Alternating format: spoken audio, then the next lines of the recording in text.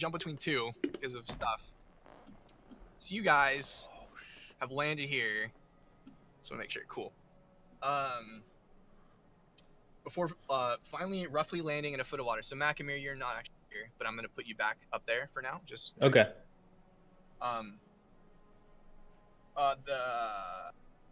It takes you a second to gather your wits. The cave you are in is large, and the sound of the rocks filling the channel that left you here echoes throughout the chamber. While that channel was made of a natural stone, this room looks to be made of a worked stone similar to the room above. There are also columns and statues made from something that look like marble, except with gray wispy colorations throughout. There is no light in the room except your own, but you would judge that the room is roughly 100 feet tall. From the curves of the walls, they form some sort of dome above you. Water fills much of the chamber, coming in through trickles from the ceiling and walls. It is damp and actually humid in this room, almost like a swamp. So Bill, you have the light, correct? I have a candle. Who? Someone have a light? Yeah, I gave him a torch when we entered the room. Right. Yeah. So Bill, you're still holding a candle. Like so, Bill was in his shell, and there's just a torch sticking out of basically one of the turtle shell holes, as he kind of spins to the end here. And that was quite the tube ride for you there, Dyro, as you rode down Bill. I guess you're like actually on top of him, right? Yeah. And so, by the way, when you're moving your characters around this room, be really only move if you're actually moving, because this has actually got dynamic lighting and vision and stuff. So you'll uncover fog of war. So like, watch if I move him here, it'll uncover more of the map. There you go. Whoa. Nice. Oh, I can see all of it. I have dark That vision. is sick. Yeah. So actually, you have dark vision. So I actually turned it on for you two. You can see things your allies can't, and that's actually what the stream cannot as well. So you're And I seeing, see what Jake sees. Oh, I see what Jake sees too. Oh, And then I see what I see. dark vision. wow. Jake But- sees no. Your specific yeah, we light- see nothing. I'm a turtle. You guys can only see the legs on the ground, so I'm gonna take a step forward so that I can look a little further in the room. I glance around frantically. Macamir? Macamir! We've lost Macamir. I feel like the blood. No. So yeah, Macamir, what are you doing up above? Okay, so the only thing I want to do is secure a rope in the first room with the crystal. Okay. And Find then some sort of like statue or some piece of stone that you could like. Yeah. You know, it looks like that the actual cave entrance itself has almost entirely collapsed, and so you're gonna have a hard time. You have to actually like dig out all the rubble to get out of there. okay. And the crystal is still actually intact on its pedestal, and it doesn't like there was no cave in around it at all. Okay, so after I secure the rope, I'm gonna go to the crystal and try to extract it with my thieves' tools. Okay. Oh, the greedy fucker. This scum lord. Is that a sleight of hand? You would just make a your thieving tools, like you have proficiency in thieving tools, so just make a Yeah. thieving. So just roll that. Should be in the bottom left. There you go. So, you basically you use your thieves tools to sort of pry out bits and pieces. You kind of insert like a equivalent of like a wedge or a crowbar in between the brass. You sort of bend it out, and you're pulling. You just loosen the grip on it. And it's really cold, so you're wearing like basically you like have like your thieves tool gloves while you're doing this to kind of protect your hands as you have to do this. And so you kind of loosen it up. That you think you could probably just pry this thing out. Do you want to pry it out? Yes, absolutely. So you lift it up, and it's kind of awkward because you have to sort of like pull it through. Like there's kind of like a cage around it essentially. And as you do so, you hear like a click from behind you.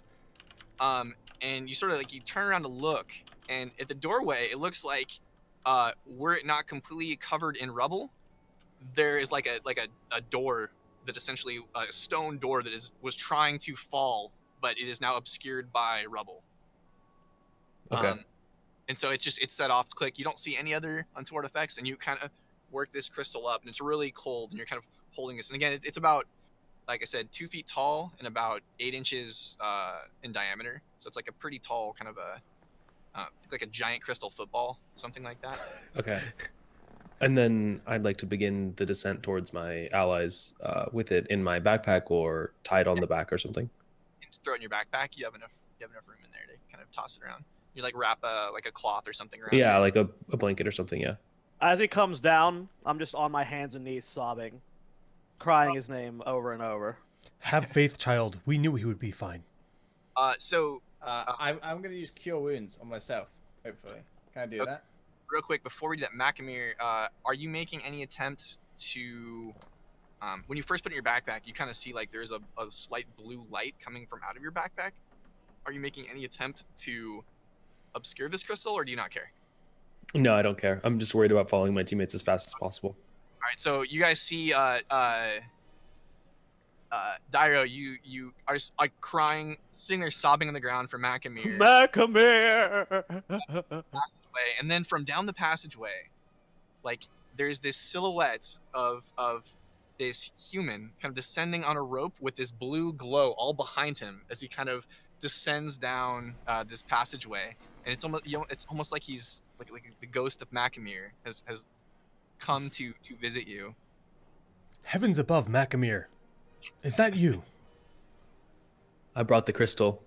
I figured our mages would want something to do with it. Yeah. I figured he was all right. Good job, man. You guys should know. It seemed like it was booby trapped when I took it out of its sheath. The temple tried to close around me.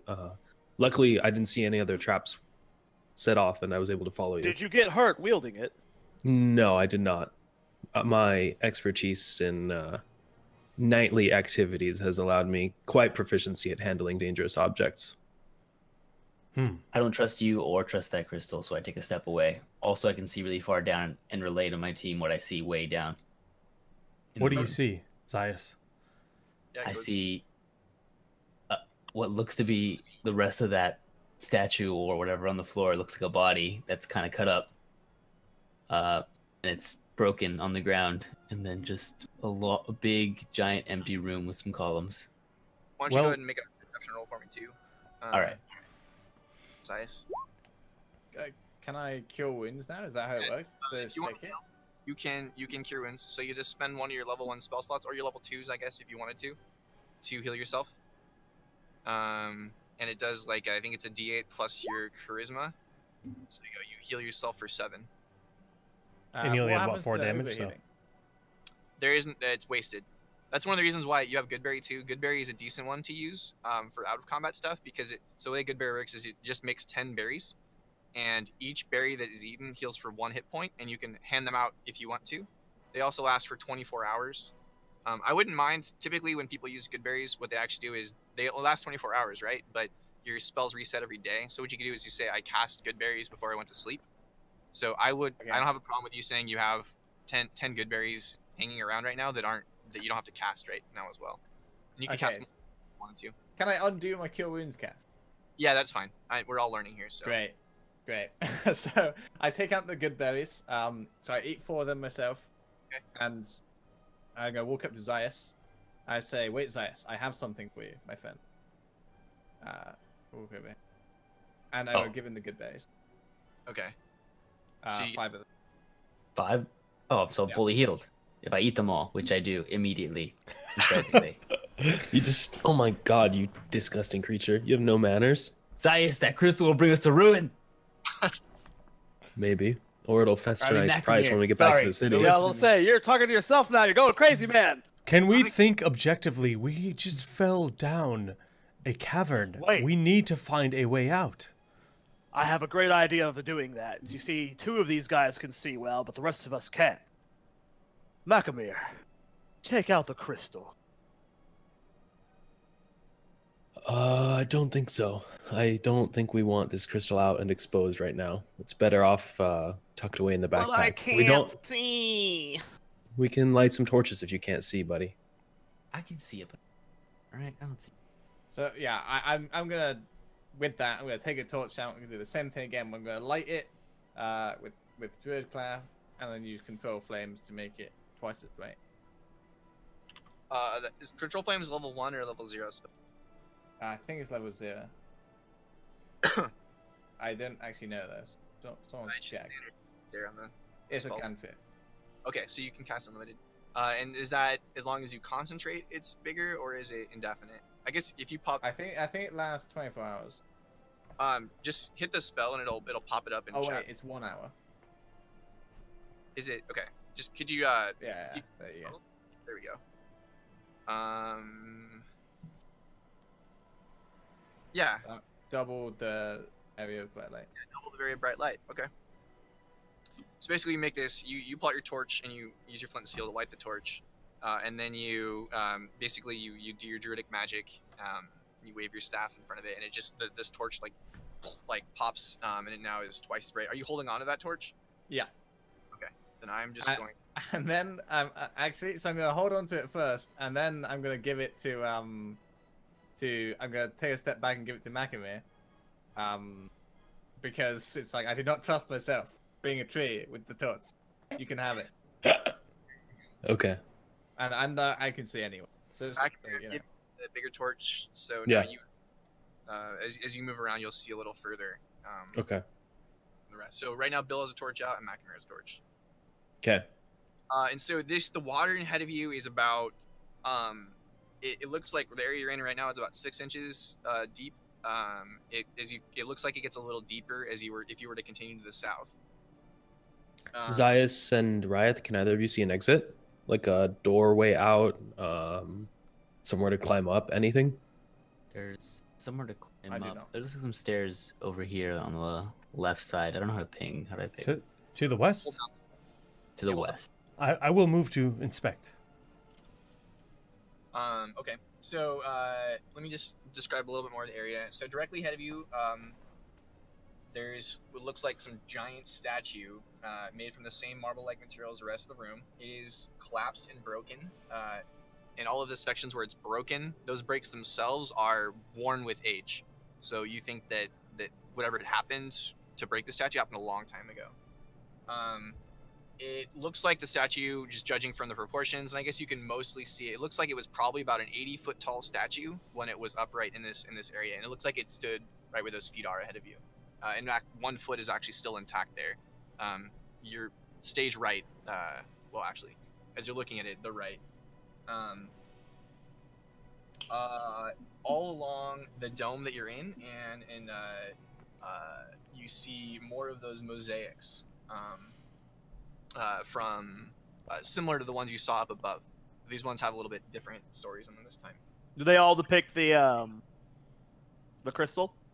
So the only one you can really see right now would be the one to the north. So up above where the statue is, and so that is it appears like that entire north wall is covered in a continuous story.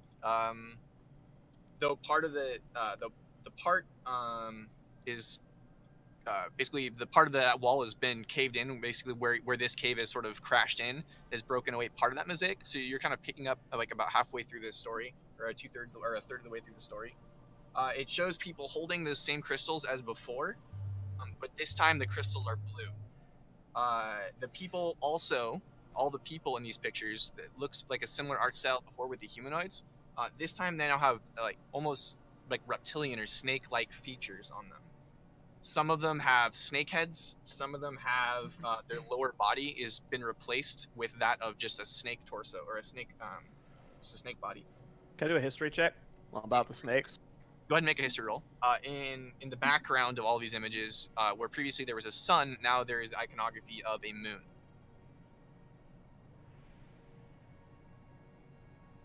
I got a 20 total.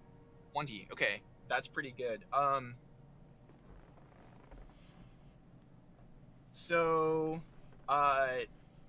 you recall, so now looking more and you're seeing like this reptilian like features, you do remember of, like there's been stories, it's not fully documented, but there are stories of, and like some sort of ancient civilization, it sort of started to worship basically snakes and sought to transform themselves into snakes. And basically tried to achieve, and they were one of the oldest ancient civilizations and one of the first great civilizations. And it almost was like a sort of a tragic fall for them as they sought more and more power, and they turned to this sort of this darker power, if you will. Like this was not the most. It started off like innocently enough, you know, this thirst for power is sort of to maintain it. It got darker and darker for these people. I relay this information to the party. And so all of this basically occurs along this north, like that whole northern top half of that semicircle there at the top. So these crystals seem oddly familiar to the crystal that Macromere has acquired. Yeah, we're seeing blue ones painted down here, but yeah, we're not seeing why. We haven't seen any art that has depicted why it's going from yellow to blue. Because upstairs it was all yellow. Maybe they're It different seems powers. like as the civilization aged and their power was corrupted, it seems like the blue crystals were the result. If I had to guess. Do you think that the reptilian aspect that we saw painted down here was originally they were the humans above, and then eventually using this power for so long is what turned them into these reptilians we're seeing? Probably something like that. We should be very careful not You to should. come in contact with the crystal too much. Yeah. It seems like an unholy power. Makama, You get that how do you feel? this build, like this is not what you're about as a paladin. I do not like this. What do you think we should do, Mr. Bill Shellington? I said before, we should destroy or abandon the crystal. And Macromere, as Ryeth just said, it is in your bag. Do you feel odd? Do I feel odd at all? Do you feel any different? How do you feel? Has the crystal had any effect on your feelings? They asked me, you don't notice anything. Obviously, there's a lot of crazy stuff that's been happening recently. Mm-hmm. That you feel wet. It's really damp in here. It feels gross. Okay. But you don't feel any unnatural or unholy sort of feeling. You know, nothing magical necessarily Okay. about. No, I don't feel anything wrong, other than a slight damp wetness, which I'm sure we'd all like to be relieved by leaving this underground cave, you I'm just gonna idiots, do a instead of quick arguing about the perception crystal. I'm just gonna do a quick perception check just to see if anything Roll moved or perception. anything. I'm gonna insight check on what Macamede has told us. Okay, go ahead. Roll insight. He's just looking out for you, buddy. I agree with Macmere. We need to find a way out, but We Do need to you- discuss the crystal at some point, though. we will get to that. There is time for that. We need to think about now. Time is passing. Do you want to consider looking into this statue before we depart? There could be some clues to the crystal with this statue. I'm gonna do like a quick run around the room. I'm gonna have Zias come with me. Yeah, And I'm let's just hit gonna like look at all of the mosaics around and just get like a kind of brief idea of what everything's going on in the stories. And while they're doing the statue stuff. Where are you moving first? Well, I guess we started up. I think I'm moving. Yeah, we started up here, so I'm just gonna go clockwise around the room from the top. Okay. While they look at the statue. So you're going over this direction? Is that what I hear? Yeah, going to the right first. Yeah, over there. And then Zias is with me. So you're Okay, going. I'll follow you. You got it. Sorry. Zias, you're cool with going over that direction too? Oh, Yeah, I guys- follow him. I'm gonna say Macame, follow me. Okay. Our Billy. And then I'm gonna move down to like here. Okay. Just to get a better view of the room, try and make sure everyone's in sight. The head of the Check statue is everyone. completely submerged in water. The water seems to get a lot deeper over there. The water does get a good amount deeper. It also, well, what it actually there's the room basically this ruins, whatever, it looks like some sort of temple or hideaway, something.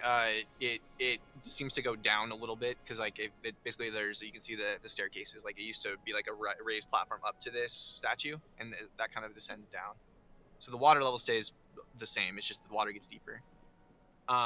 Okay, so Dairo and Zias, over in the east, you actually see right about here. You see looks like an altar, and so actually on this altar, there's a statue, and at the base of the statue are a bunch of half-spent candles that are half burnt. They look recently used. Go ahead and roll. Yeah, they do. It's obviously that they've been recent. You can see. I immediately call out to the party. There are recently lit candles over here. We're not alone. You fool! Lower your voice. Um, People among us. on the altar itself, there's an open-mouthed, so this mouth is just wide open, and it's got these, the fanged humanoid that sits atop. And in one hand, it's holding a sickle, so like a curved blade, and the other hand, it has a mace. There's also ancient writing written along the base of the altar. Can you decipher that writing, Dairo? Can I at least do a history check to see what if I know what the writing is? Zaius, I think you can also read all writing. I can. Yeah, I have eyes of the runekeeper. Allow me. Okay. It's over here.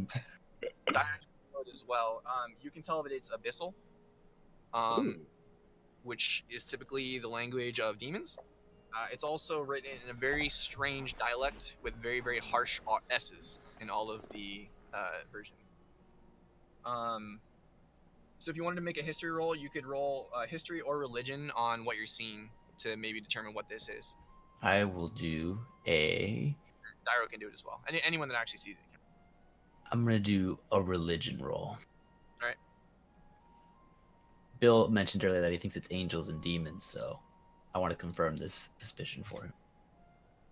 So with a 15, it's a pretty good roll, and a 20 history. Actually, Dairo, really good roll. So the two of you together, like you're like deep into this. Like this is the stuff. It's ancient forbidden knowledge and This goes so deep.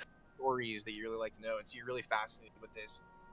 So the ancient peoples of this land, they worshipped a goddess named Maltra, who was a lunar goddess, who wielded a sickle to represent the crescent moon and a mace to represent the full moon. She was the sister deity to Ulthar, the sun god. But you do notice with your as you're looking more at this, that Maltra was actually never represented with fangs. So this appears to be some sort of cult, or perhaps maybe worshipping a sister god of Maltra.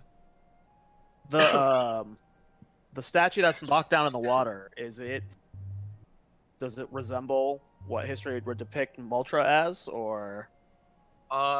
You can't really tell because for the most part, like the head is buried in the water and it's face down.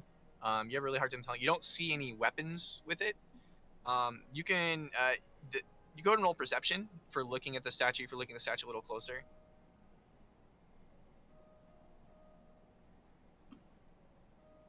I will do that now. Okay. Yeah, you both can do it. And I'm relaying all this information to the press. Speaking aloud. You don't really note. You don't see any like sort of notification that appears to be any particular deity or anything of note. But looking at it, you do kind of see that it looks like it's either it's kind of hard to tell because it's worn away with age, but it looks like the skin of this has like these like grooves in it, like repeated grooves over and over and over again, almost like scales. So we're in a shrine to this snake goddess? Maybe. Or a subset, little mini cult of this religion? Yeah. Okay. Did we see any exits anywhere? Or are we still kind of walking blind here? Right. I haven't seen anything yet. Yeah. There's a space over to our west, Ryeth. We should investigate. It looks similar to the area which contained the statue that Dairo and Zaius just investigated. I agree. Looking over there while they were looking at. I will check it out. All right.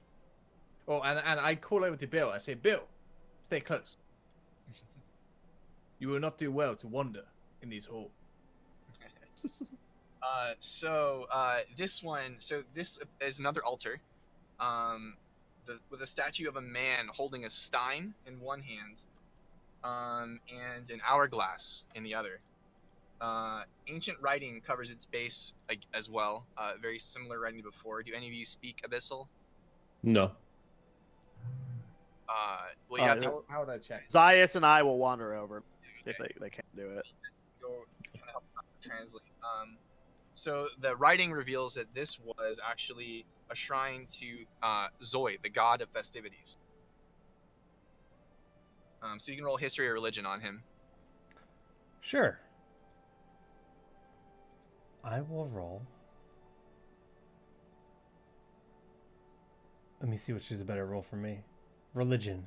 You can roll whichever you get higher result. Essentially, just gauging what your memory recalls. So a 12 religion is good enough. So Bill, you recall the story of Zoi, who was not only an ancient god of festivities worshipped in this region, but also the god of timekeeping.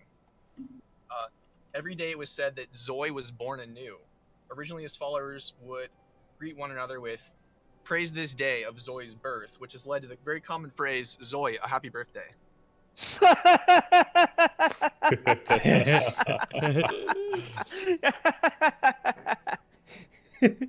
Oh man, that was good. Here. Happy birthday, Zoe.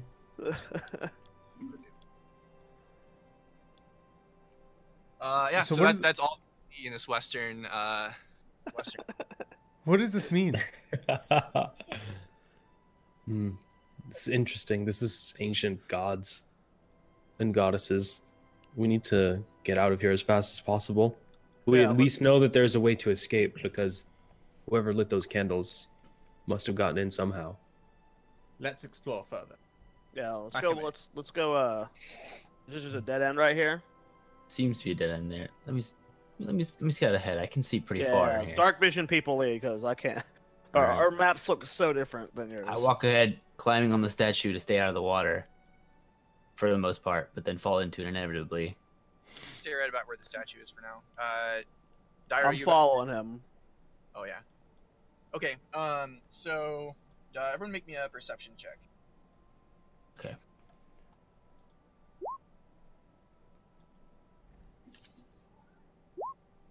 Yes. Finally. Good though. Dang. Baker with the fatty perception. I mean, I see something. I don't know if I should tell you guys. So as you guys are kind of looking in around this area to the south, you're kind of looking for a way out. You do see, looks like the passageway curves a little bit to the west, goes a little bit to the east. But to the south, you actually see what looks like in these like alcoves here, kind of all along this southern wall. It looks like there's some sort of like sarcophagi shaped things. And actually, as you're sort of taking note of this, all of you with your very perception see something seems to be like moving in the water and actually heading toward you. Toward who? The group. You guys. I draw out my sword and shield. Okay. So it looks like whatever this is like this kind of giant hulking snake-like thing. That's like this beast of a person, and standing next to it, kind of hiding behind the alcove, holding what looks like a bow and like a scimitar at the waist, is this half reptilian-looking creature. So at this point, we're gonna go ahead, and these things look like they have hostile intent as they're coming toward, and they seem angry as this giant hulking thing is like hissing at you and sort of moving toward the water, and then the snake woman is readying her bow. So we're gonna go ahead and roll initiatives. So Yeah, boy. Roll your initiative on your character sheet, and that determines the order with which we are. I got a 12. Wait, where's initiative? I don't see It's it. above your current hit point. Oh, gotcha. 1? Oh, Bill, turtle goes last, dude. I'm our tank. Hey, do you get like movement speed increase in water or something? Might have that advantage. Never played a turtle before. Turtle. Wait, I rolled like an 18, but it doesn't show for me. Like, no, wait, maybe it does show. I don't know. Some things aren't showing up properly on the side. On your the initiative tracker. Let's see. What did you roll? Oh, it's 18. just right. Yeah. Oh, I did for some reason. whatever. I'll just add you manually. Yeah, it doesn't show me either. It shows 2 blanks as 0, but I rolled a 1. Yeah, I see your 1 on initiative there. Have to add. No, whatever. No, you also have a -1 to initiative too. That's funny. Everybody on your 1, 2, 3. Missing 1. Who am I missing? Bill? Probably me, yeah. Bill. I got a 1. Got a 1. Okay. We got Ryeth, got a 18. 18. Sky, got a.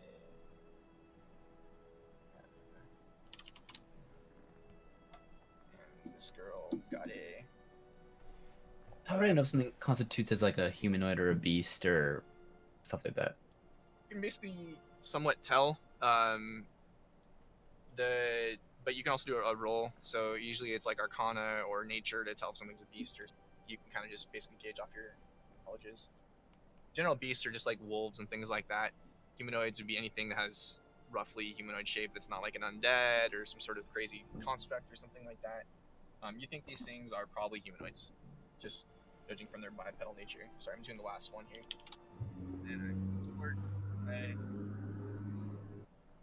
Sorry, I'm getting used to this too. You're fine. Sending. There we go. Okay. So you guys weren't surprised. You kind of saw these things as they came out of this cave. But like I said, this is a giant Hulk. I can pop this up on stream.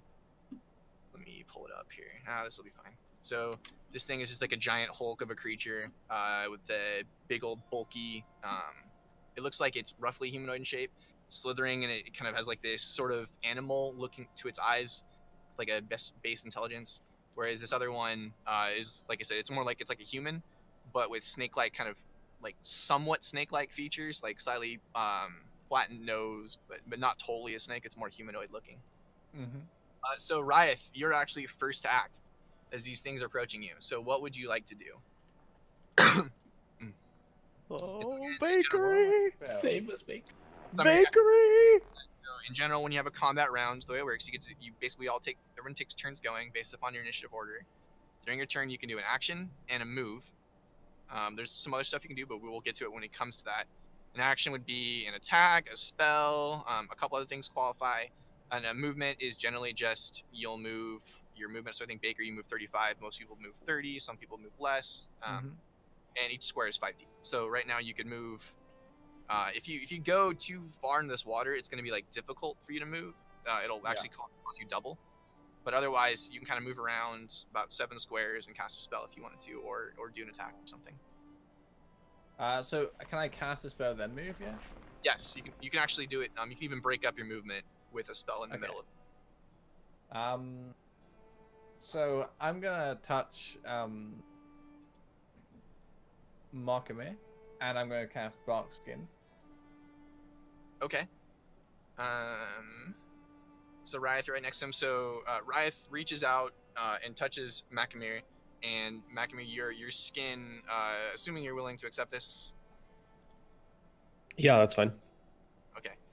So your skin basically like hardens and almost looks like it's made of like wood. And so I believe what is the bonus? He gets what to his AC? I can. Yes, pop it in chat.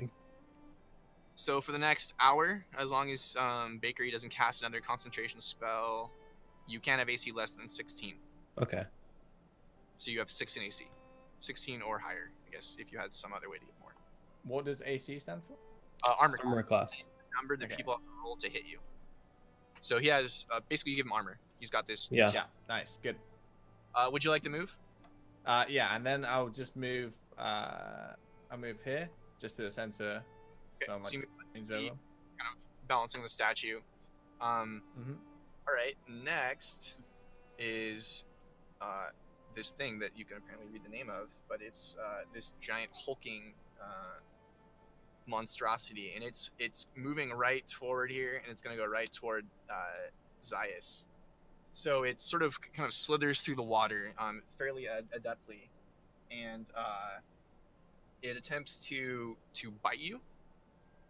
So it's going to. I'll just roll it here. I had dice too, but I'm going to do a little bit of both. Mix it up. So it does an attack roll, Does a 10 hit your AC, Zeiss? So on your character sheet, there should be like your armor class. I'm at 10. It says 10, yeah. So it's just enough to hit you.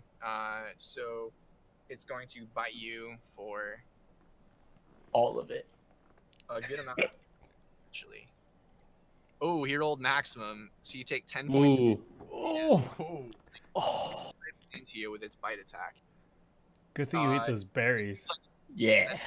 Seems like all he's doing for this turn is it kind of had to spend a lot of its action to roll up to you. So next, Bill, help.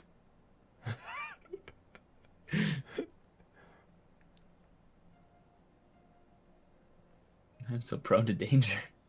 I can't do anything for a while, friend. Bill's already rolled a. Is it my turn or Macamere? It's my turn. Okay. So I'm going to sneak attack with the short bow on the enemy in range of Zeiss. Okay. I think that you need advantage. It says you don't need advantage if there's an enemy of your target within 5 feet of it. So since he's in range of Zeiss within 5 feet, I should be able to sneak attack him. Totally. Okay, so make your attack roll.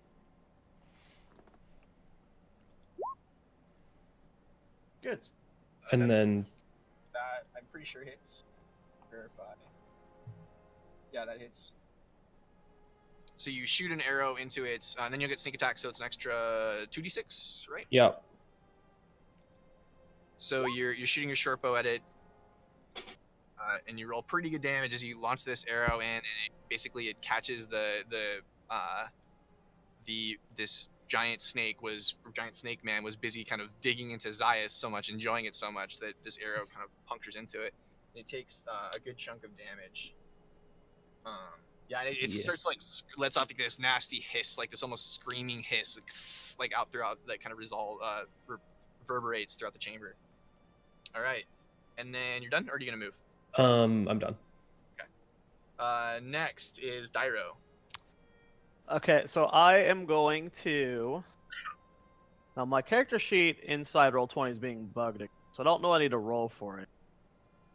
What are you trying to But I want to cast Cure Wound at first level do? Okay. on Zeiss. Okay, that you'll automatically succeed, and you just need to roll a d8, and you add your, I believe, your charisma bonus to it if you cast it first level. So, yeah, d8 plus your charisma bonus. Okay.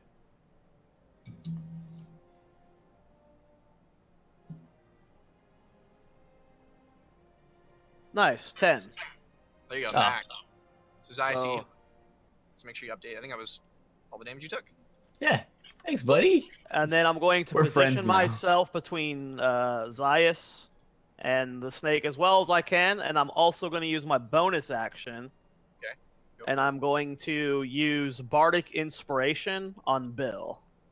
That gives him, was it d6 to his next roll he chooses to use, correct? Yes, and because I'm College of Valor, he can also use it on weapon strikes, and he can use it to boost his AC if he gets attacked. Okay. So, Bill, you have, Dairo has, do you have a song in mind, or are we continuing? Bill, you can do it, Bill. I sing that in the middle of our fight. Now you're inspired. He lays a hand on Zeiss and basically closes up that immediate wound that this snake creature had created in him, and then starts to inspire Bill. And so, Bill, you have this like magical inspiration flowing through you as you believe in yourself now, just because Dairo does. So the next time you do any d20 roll, so any roll at all, or you do or you roll damage because he's a special bard, you can add an extra d6. So you could add a d6 to your attack to hit, or you could add it to your damage, or if you ever get hit, you can roll a d6 to try to increase your AC enough to maybe make the person not hit you. Okay. So you until you want to use it, and it's a one-time use until he Okay. inspires. I think it lasts for 10 minutes, so. So I mean, relatively one time or relatively forever. Next is okay. So Snake Lady, the Snake Woman, is going to step out, sidestep a little bit, and then she shoots her short bow, and you see a nasty like green goo on the edge of her arrow tip as she starts to fire at, it looks like, at Bill. So, does a 18 hit you, Bill? Was that equal to or higher than your armor class? Let's see. Armor class should be near like the top center, I think. No, I have a 19. Ooh. So it barely misses you. So this arrow comes flying out Nice. from the darkness and boom, like bounces off your turtle hide. Just bounces right off your turtle shell there. And you kind of just like, you look her down with like a menacing look. So next is Zayas. All right. Can I use Hellish Rebuke on the dude who hit me? So that's actually special, and then that one, that's just because you're Tiefling, so it's like it's kind of a spell and kind of not. It's a spell that you do because you're a Tiefling. So I just want to make that clear. It doesn't actually take a spell slot. You do a bonus. So the way that works is actually it's like called a reaction. So you can actually do it on someone else's turn when they hit you. But that's I think that you didn't know. I think we could say that basically what would happen is when that snake bit you, you could actually just shoot him back with fire because you're a Tiefling and you are angsty basically. Yeah. We can allow it to happen now. It won't take your action this turn just because it would have been your reaction previously. You just didn't know. So yeah, Okay. I think I just make a saving throw, correct? In chat for me. Yeah. Okay, I can do a dexterity saving throw. So when this snake man bit into you, he fails his save. So I take, holy cow, that's a lot of damage. I take. He takes 15 fire damage as he bites. Cool. And you just like this infernal energy from all of the demon. And you're kind of scared yourself, Zeiss. You're like, oh shoot, I'll get out from within me. Like, what's going on? Yeah. He shoots out and just lashes back at this snake, and it takes a good. It doesn't like you at all now. Like you bit into it, and its like mouth is singed. So that would have been your reaction. You can still do your regular turn now. Okay. And so now I use Scorching Ray on it. Okay, you probably want to back up a little bit because you don't want to cast spells within melee range of another creature because they can start free. But you can back up a little bit, no problem. So I back up on the back of the statue, the broken statue, to get some higher ground and better aim, and then I use Scorching Ray on it. Sure. So I believe you attack roll for that now, and try to hit my armor class. How do I? You got an 8 roll, so you did it. So that is not going to be enough to hit it though. So you blast this. So you kind of you release this fire from yourself from your bit, and then you kind of climb back up backwards of the statue, and then you reach your hand out, and this blazing sort of beam of fire comes out of your hand and heads right toward it, and it misses it, but it hits like the water behind it, and the kind of like steams up in the area around you. So yeah, it kind of just barely dodged out of the way there. And that would be the end of your turn. So Bill, on a 1, Bill's coming in hot here. So Bill, you gotta kill this thing because it'll come after me if you don't. I can only see the snake lady. I don't even know where our other foe is. I hear the rustling, but I will move towards the snake lady. Okay, so what's your movement? Go it the wrong way around. Oh, that's the big snake guy. That works. The snake lady is the one you don't see. Well, I see one foe. This one is the big snake monster, and there's one over here that you've seen arrow shots come from. That you should be able to see. I think. I can't see. I just didn't scroll down far enough. Can I move here instead? Where? So you're here, right? So yeah, you have plenty of movement. Within 25 of my. That's my max movement is 25. So. Yeah, I'll say that because you're a turtle, you're not going to really worry too much about the water kind of your turtle thing. I'm not too worried about it. So yeah. Go ahead, make an attack roll against it. I wanted to cast protection. Can I do both? Oh, who are you casting protection on? I was going to cast it on. Can I cast it on Macromere? I think. Or is he too far away? If you want to click it, it can pop it up in chat, and I can see what the range is and stuff for it. Okay, hold on. You're casting the spell protection. Yeah, my site is lagging a little bit right now. It's not properly loading anything. I'm gonna refresh. If there is a lot of lag, I can change. There's a setting I can change on that dynamic lighting can create lag, because I went very complicated with the way I set up the dynamic lighting. No, that's cool. I can can turn it down if it's a problem. Well, I think we're okay. Okay, cool. So, let me find it real quick. Should we be casting protection from good and evil? Is that what it is? From evil and good? I believe so. It looks like it's range touch. So you'd have to be within this like 1 square away from somebody to cast Okay, it. so instead I will cast Divine Smite on the foe in my path. Okay. Go ahead, and then I think Smite is just an extra attack, right? Yeah, you can when you hit something. So if you make an attack roll and you hit, you can use up a spell. Basically, spend the spell and not actually cast the spell, but instead throw that energy into this creature. So go ahead and make an attack roll, using whatever weapon that you want. All right. It should be on your sheet. There should be a list of like weapons in the on center. the sheet. Okay. Yeah, like in the This is center. my it says first attack ever attack in D&D. Bill No, Shellington is about to use his battle axe.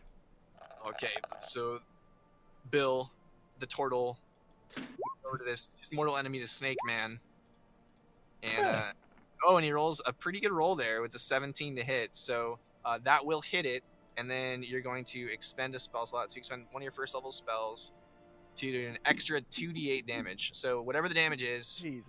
that damage plus an extra 2d8. So this is what paladins are all about, man. This is an evil thing, and you're like, this should not be here. Let's smite it. We'll smite my enemies. Oh, So that's yeah. 4D. You're gonna roll an extra 2d, and you maxed it too. Wait, I wrote another one? So you're. Oh, this was your battle axe. Yeah. Battle axe, correct? You can actually, I think, click the damage entry on your battle axe, but we'll just keep that 8 since it's there. You're gonna roll a total of 3d8 plus whatever your strength bonus is. Normally it's just a d8 plus your strength bonus, but because you did a smite evil, you do 2 extra d8s of damage. So I'm going to do another D8 and then we'll be good.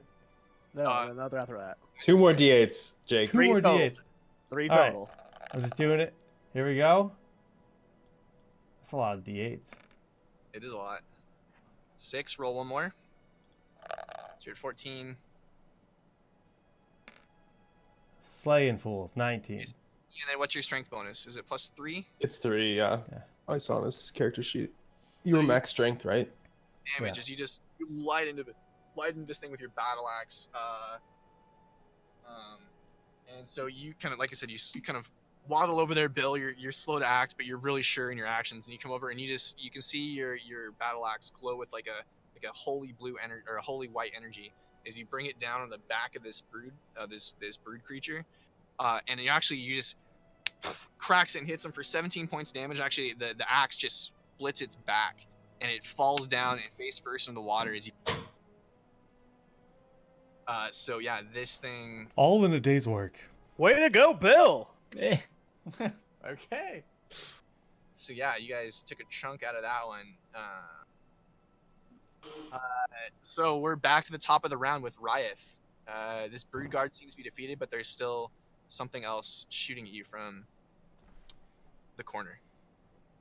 Am I in range to Moonbeam, maybe? I think Moon is pretty massive range, right? So you should be able to. Okay. Cast it. 120 feet is the range, yeah. Okay, so you're casting Moonbeam on it? Yeah. Straight on it. Okay, it's a 5-foot radius, so basically any 4 squares it would affect. So I'll just say like the 2 in front of it, here. Okay, I'll do a Constitution save. So like a giant, this moonlight's coming out of nowhere, at a giant beam of radiant blue energy, and it rolls a 1. So it is just so blinded by this moonlight which is odd because it worships apparently some sort of moon goddess, and it takes 15 points of damage from it. His skin just sizzles from the intensity of this moonlight. And so Is this concentration? I won't worry about it. We'll worry later. So yeah, you just like just burn this thing, and now that area is actually like flooded in this bright blue or bright moonlight. He's gone. Macamir, it is your turn. And you've lost your bark skin.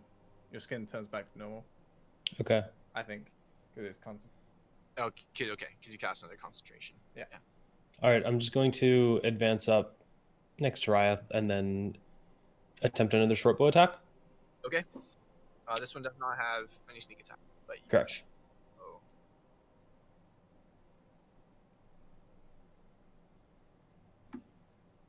Oh. 24 to hit. 20 to hit. So you have The god rolls. just you guys are ripping it up here. Take action range, launch your arrow across the area and or the shrine and pierces greatly. So you can roll it and roll damage. It hits.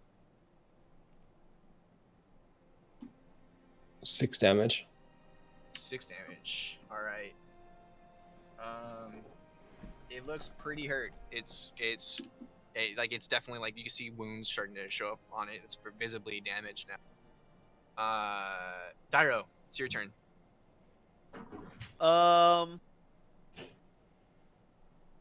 just gonna run up to it and stab it with my rapier. Okay. Go ahead and move your character. You have enough movement.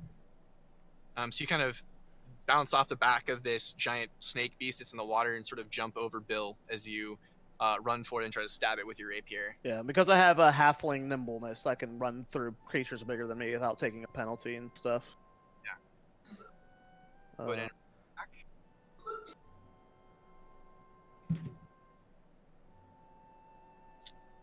16, that's enough to hit. So you pierce its flesh with your rapier. Go ahead and roll damage.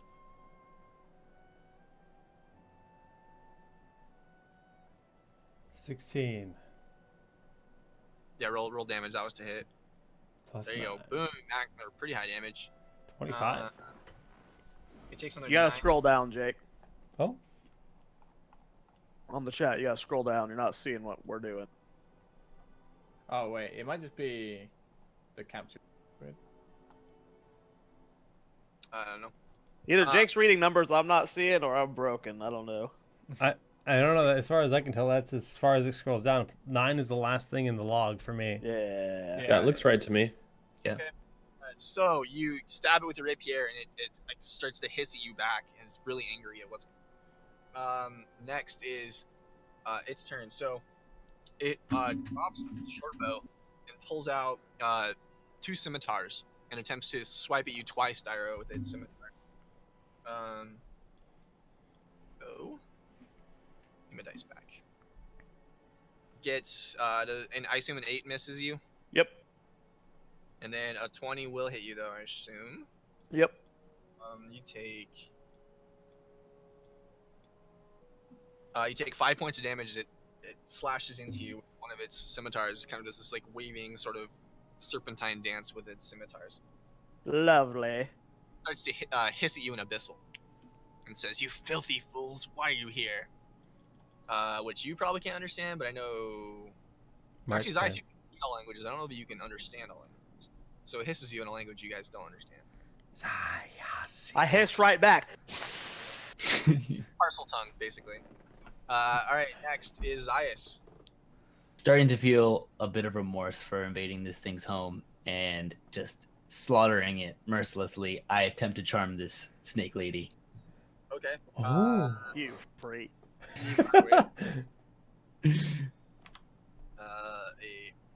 Is it wisdom save? Yeah. Wait, so I need to roll. No, Where to I roll? like you have a. I have to make a wisdom save against what your bonus is, so I will roll my wisdom. And he actually has advantage against spells, so it gets a 15 with its second roll.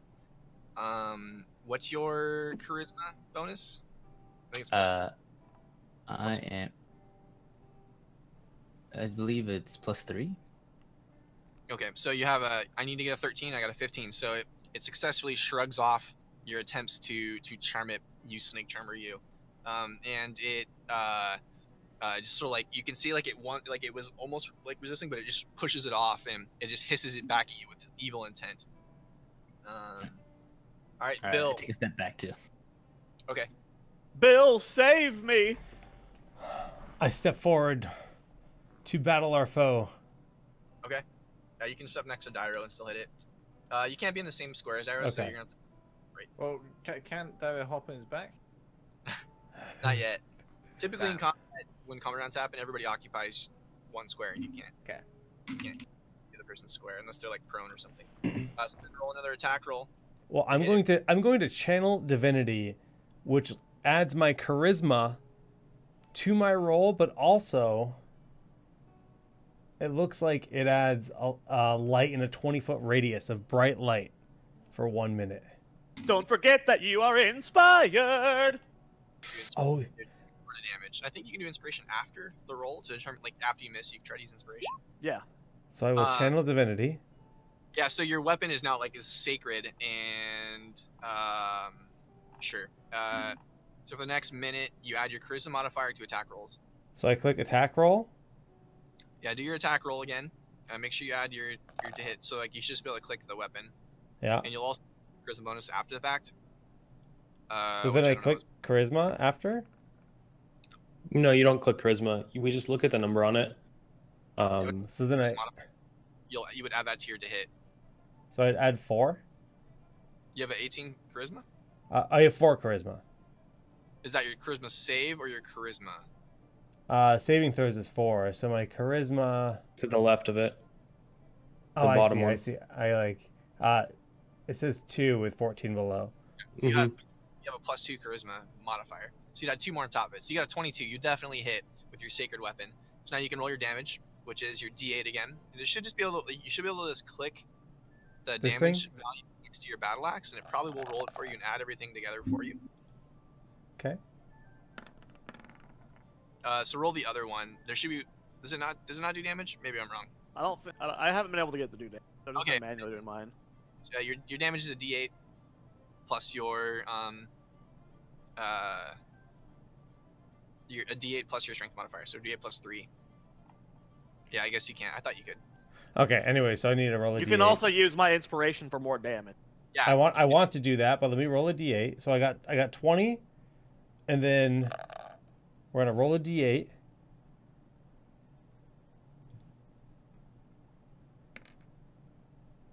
So that's what, 8 plus 3? Plus 3 for your strength bonus, which is 11. And then you can choose to use your inspiration bonus from Dairo if you want, which would be an extra D6. Or you can hold it. I'm gonna use it. I'm gonna use it.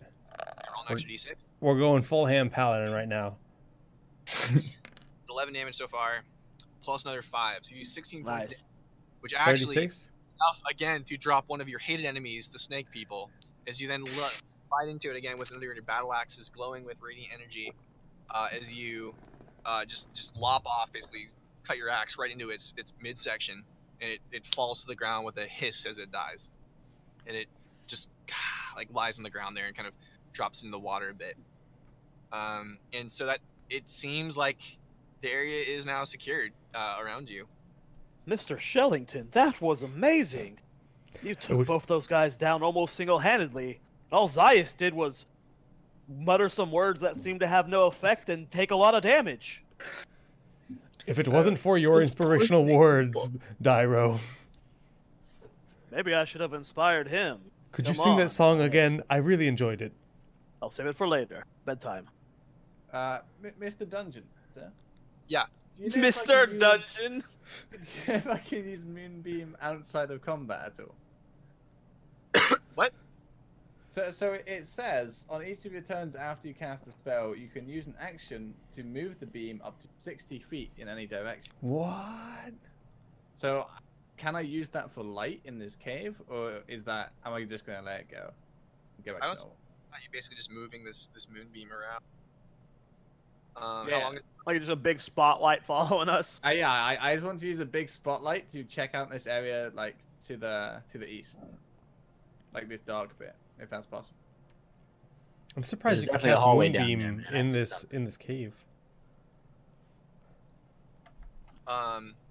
So at this point, because you have that giant torch that's basically giving off 80 feet of light, the only thing really holding you back is literally walls right now.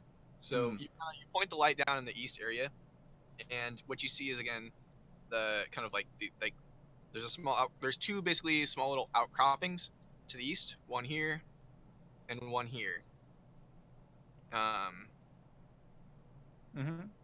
So Dire doesn't have light, so that's not actually illuminating anything. But yeah, Dire, you can basically see that the one to the north seems to continue on, whereas the one to the east sort of stops in a dead end. One of the paths continues on. So before we go anywhere, I'm going to use Birdcraft to turn a small weed into a flower. I'm going to run up to Mr. Bill Shellington and give it to him and say, "Well fought." Oh, I thank you, my friend. I'm also going to cast a rank 1 Cure Wounds on myself. Okay. What was the roll for that again? 8 plus your charisma. I would like to inspect Snake Lady's body to see if I can find the poison to use on my own arrows. I have a thing called Lucky. Does that apply to this? I reroll ones. It actually, I was trying to test that. It's actually set, so it will automatically do that, and you won't even see it. So you just never roll a 1 on that. Literally, it sounds stupid, but I sat there, did like 100 d20 rolls to make sure, but it just won't let you roll a 1. So it's automatically rolling on the back end for you. Okay, so it's only for d20s. Yeah, only for d20s. Okay, only for okay. So yeah, you'll heal for 4. Heal yourself for 4. Got it. You're inspecting the snake woman. Yes. Go ahead and make an investigation check.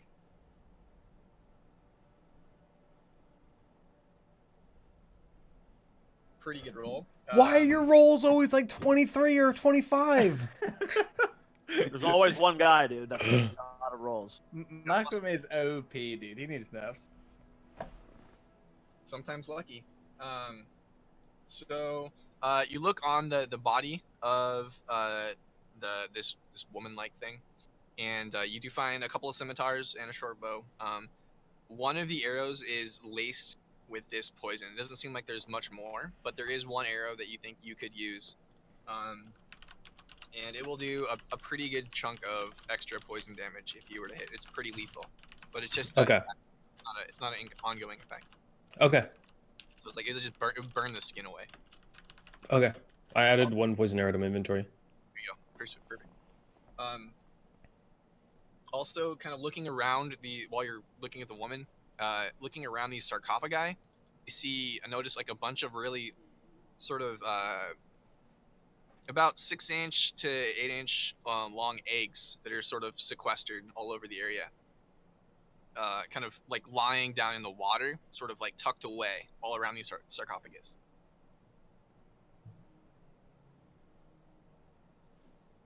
That's messed up. There. We'll get rid of these. Are you guys doing anything? I'm just gonna walk in. Yeah, I'm walking in this path. Okay. So you guys are going up this passage to the northeast, correct? Up here? I think we should avoid touching the eggs. Hang on. We're not going to talk about... We just had a battle in this ancient place that, was like super... Like, we fell in here, like, there's snake people. What's your point? You're not going to talk about this? What do you mean? Talk about it. We're good They were guys. enemies. They're We bad killed them. guys. We kill them. We still have to get out. Yeah. Speaking just of get out, I'm just- going to grab one of the eggs and shake it Oh, violently. Okay. So you'll have to go over to here, where the sarcophagi were. So you basically pick up one of the eggs. They're again slightly cooled of a touch. You pick it up and you kind of shake it about, and it behaves much of like what an egg would. That's weird. So it kind of you feel like there's definitely something inside. It's definitely got some weight to it, but no face hugger or anything pops out. Nothing crazy from like. where All right, I are put this you? one that I shook violently down. I pick up a fresh one, and I put it in my backpack. Okay. Go ahead and mark down that you have an egg in your backpack. Done. Egg acquired, boys. Let's go. Pet snake coming soon. Were you guys continuing on? Let's Keep looking let's head out. Let's head northeast. All right. So the natural stone passageway. This passageway continues now. So at this point, it's back to like kind of a natural stone rather than the work stone from before. So it seems like this was some sort of natural cave system. But it sort of seamlessly fit in with the rest of the shrine. So it's sort of like maybe a more. It's not like a rubble, or not like a collapse like you previously came in through, but it is not it's not worked. It's not staircase. It's not. There's no floor. So it winds back and forth, and it continues about 200 feet, kind of going back and up with a small incline. As you continue up, the sound of lightning and rain, or I guess of thunder and rain, grows louder. Eventually, kind of this warm, damp air starts to give way to kind of more fresh air. But after a little bit, you kind of get this acrid sort of smell, and it reminds you of the smell of battlefields. So the smell of kind of death as you kind of get deeper and deeper, or go up more and more up this passageway. And you go for a while, and you kind of see ahead because your light extends a pretty good distance. You see what looks like a bunch of bodies, all lying around on the floor, and then sort of with an abrupt end to the cave system, the passage. But you see natural light kind of coming from above, from some sort of shaft above where all these bodies are. Can I do a medicine check or something and see like what killed the bodies? Is those like teeth marks or claws? Yeah, you guys can get a little closer. Right now you're about 60 feet out, so you could approach the bodies and do a medicine check. Go ahead. I decide to approach the bodies. Yeah, you guys are all approaching the bodies. An 8. Right now we're basically off the map. You can move around, but Oh, okay. this Do not fear, Two- Gyro. For I am much better trained in these fields. Oh yes. How silly of me.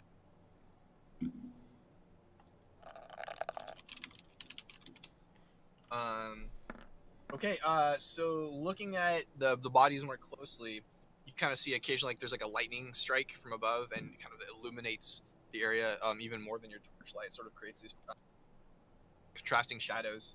So you see that these bodies are like, there's about 15 of them kind of arranged all around the base of this pit, all along the sides of the walls of this pit, which are like roughly circular. You actually see like lots of spikes essentially jutting out, and occasionally one of the bodies is actually kind of hit up against one of the spikes as well. You see a large variety of humans, of dwarves, of halflings. A lot of their lower, like what looks like peasants' clothes or something, a similar kind of on their lower, but they don't have, none of them have any shirts. Their chests are bare and exposed, and on their chests are actually a bunch of, it looks like almost ritualistic like cuts put on their body, on their skin. And so looking at them, it's pretty obvious that they have died fairly recently, and it looks like they're either essentially some sort of fall, or either landing on spikes, or just the pure blunt force of the fall. It's about a 30-foot tall pit, so it'd be about a 30-foot tall onto rough rocks and these spikes.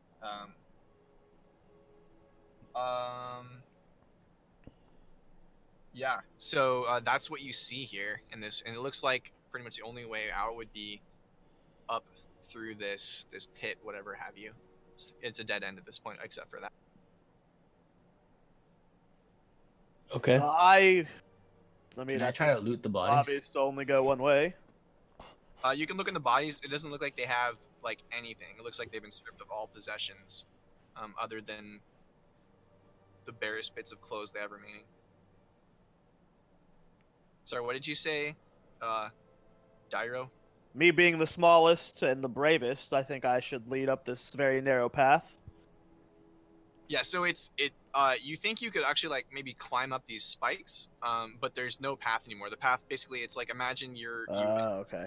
well, essentially, right? So you're looking up through like a pit at this point. Oh, I have to keep moving my character because I don't see everything you guys do. There's actually, it's not on the map right now. It's just you're at the, basically imagine okay. the pathway continued on for about 200 feet, and then there's it dead ends with essentially at the bottom of some pit, and so you're looking up now where there's all We these have to bodies. climb. I start climbing then. Whoa. So I smash stop my climbing. staff on the ground and I say, wait. For I have skills that can help us here. So I go to Makame and I say, Makame, Yeah, what's up? take this spider climb. Take this what? Spider. So I touch you. And you gain the ability to move up, down, across vertical surfaces, and upside down along ceilings, while leaving your hands are free as well. Yeah. Okay. And you can climb as fast as you can walk. And you can stick to the surface. Okay, someone hand me a rope. I left mine at the old crystal cave, and I'll take it up and then throw it down to you. Okay, so you grab the rope, no problem, and you basically you start walking up the side of this cliff, holding the thing behind you. So as you get, so it's only about 30 feet up, so you could get there one round. As you get about 20 feet up or so, you start to hear voices from above you, from the top of the pit, Okay. like a chanting.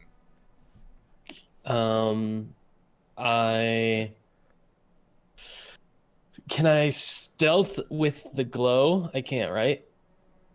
Do I my crystal in my backpack? Still has the crystal. It would probably be disadvantaged. Let me hold it, Dunk. I don't trust anyone else, so I'm going to. just go up to Makamir, the what's top. I'm going gonna go on, up to the top of friend? the cliff anyway.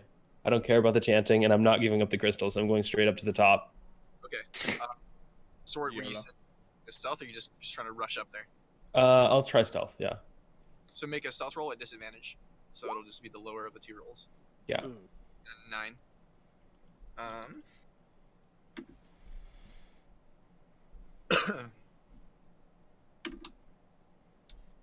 So you, as you get to the top here of the cliff, go ahead.